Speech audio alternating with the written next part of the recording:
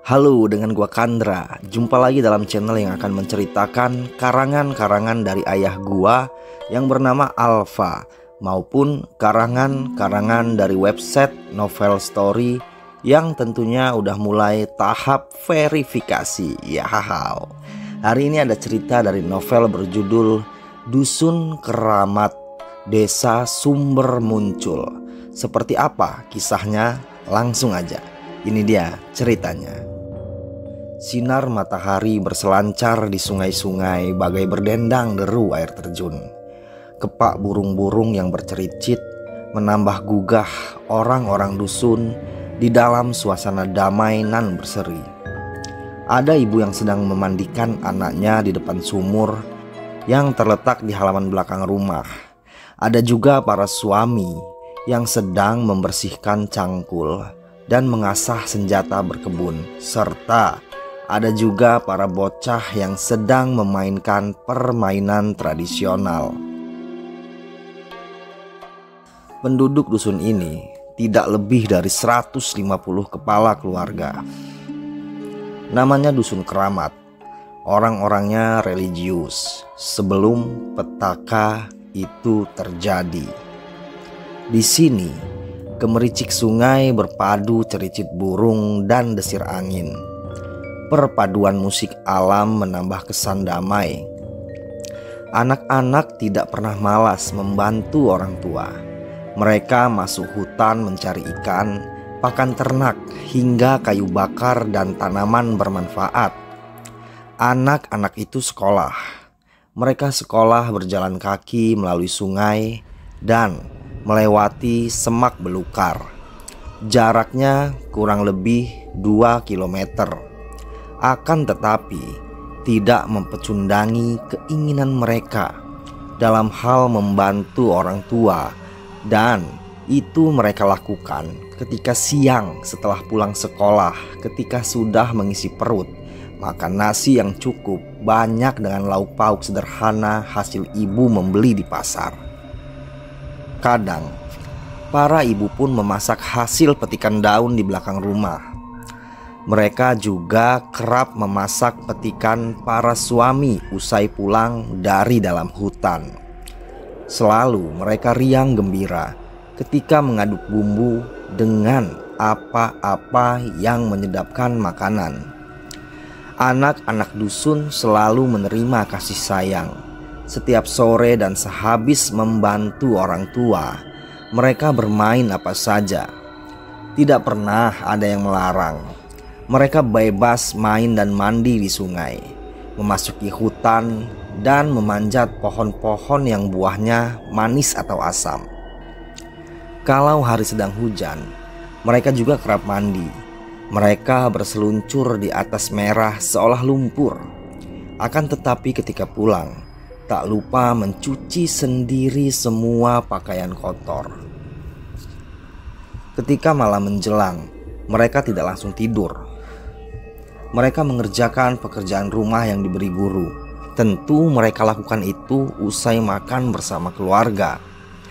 Memang, kehidupan di dusun tidak semegah di kota.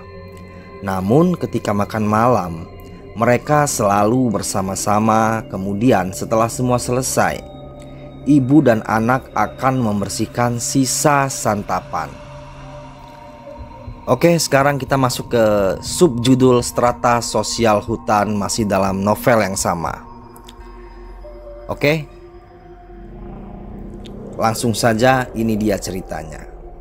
Dari puluhan rumah, tak satu pun terbuat dari semen dan pasir. Masyarakat sangat memanfaatkan sumber daya yang ada. Atapnya terbuat dari jerami dan bentuknya mengerucut. Dindingnya dari papan. Semua sama. Belum ada strata sosial di dusun ini. Yang ada hanya kepala dusun. Tidak pula ada perbedaan yang mencolok antara rumah warga dan pengurus dusun, karena mereka semua mencari sumber hidup dari sekitar hutan. Masing-masing rumah berjarak 10 meter. Halamannya yang luas dimanfaatkan untuk menjemur hasil kebun. Di halaman rumah, mereka tidak beternak ayam. Mereka lebih memilih menanam tanaman yang bermanfaat, yakni daun katuk, cabai, kunyit, hingga bayam. Tidak banyak daya seni yang ditampilkan pada rumah-rumah penduduk. Pintunya saja terbuat dari papan yang tidak terukir. Hanya saja warga tidak pernah membeli material membangun rumah. Berada di halaman rumah mereka sangat sejuk. Bagi orang kota, rasanya ingin cepat memejamkan mata karena angin sangat memanjakan tubuh. Tapi jika malam, jutaan nyamuk akan menggigit segala tubuh, bahkan pakaian. Selain itu, udara di sini sangat dingin ketika bulan berenang atau gelap bersenang-senang. Di dalam rumah tidak ada lampu. Yang ada lilin templok terbuat dari bambu atau botol bekas yang ditemukan warga ketika pergi ke pasar. Alat penerangan itu tidak digantung, akan tetapi berada di alas piring berbahan tanah liat. Alas penerangan itu juga selalu mereka letakkan di atas tanah. Nah, semua rumah warga tidak ada yang berlantai. Tanah liat adalah ubinya. Selain mahal, warga tidak memiliki kendaraan mengangkut keramik atau semen. Kaki adalah sesuatu yang sangat bermanfaat bagi kehidupan di sini. Untuk kamar, rata-rata setiap rumah mempunyai 3 kamar. Rata-rata kepala rumah tangga mempunyai 3 anak atau lebih. Jarang ada yang hanya mempunyai anak 1 atau 2. Rumah adalah segalanya bagi warga. Mereka tidak mempunyai puskesmas, apalagi balai dusun. Setiap ada yang melahirkan, maka rumahlah tempat persalinannya. Dukun beranak akan datang dengan keperluan secukupnya. Sedangkan saat diadakan rembuk dusun, rumah jugalah tempat musyawarahnya. Oke, masuk ke subjudul Samarata Penghasilan Hutan. Gimana ceritanya? Langsung aja. Ini dia ceritanya. Orang-orang dusun tidak ada yang kaya raya atau hidup susah. Meski tidak kaya atau berlimpah uang juga harta, akan tetapi mereka tidak pernah kelaparan, apatah lagi menderita. Sekali makan menghabiskan 2 piring, itu hal yang sangat mudah bagi mereka. Hutan di sekitar pemukiman telah memberi segala yang laris di pasaran. Para suami atau bujang selalu membopong rotan atau bambu. Seminggu sekali mereka selalu ke pasar. Ketika pulang, mereka juga selalu membopong sekarung beras dan berbagai sayur mayur, juga buah segar. Itu berlangsung seminggu 1 kali. Kopi dan cengkeh para warga pun berlimpah.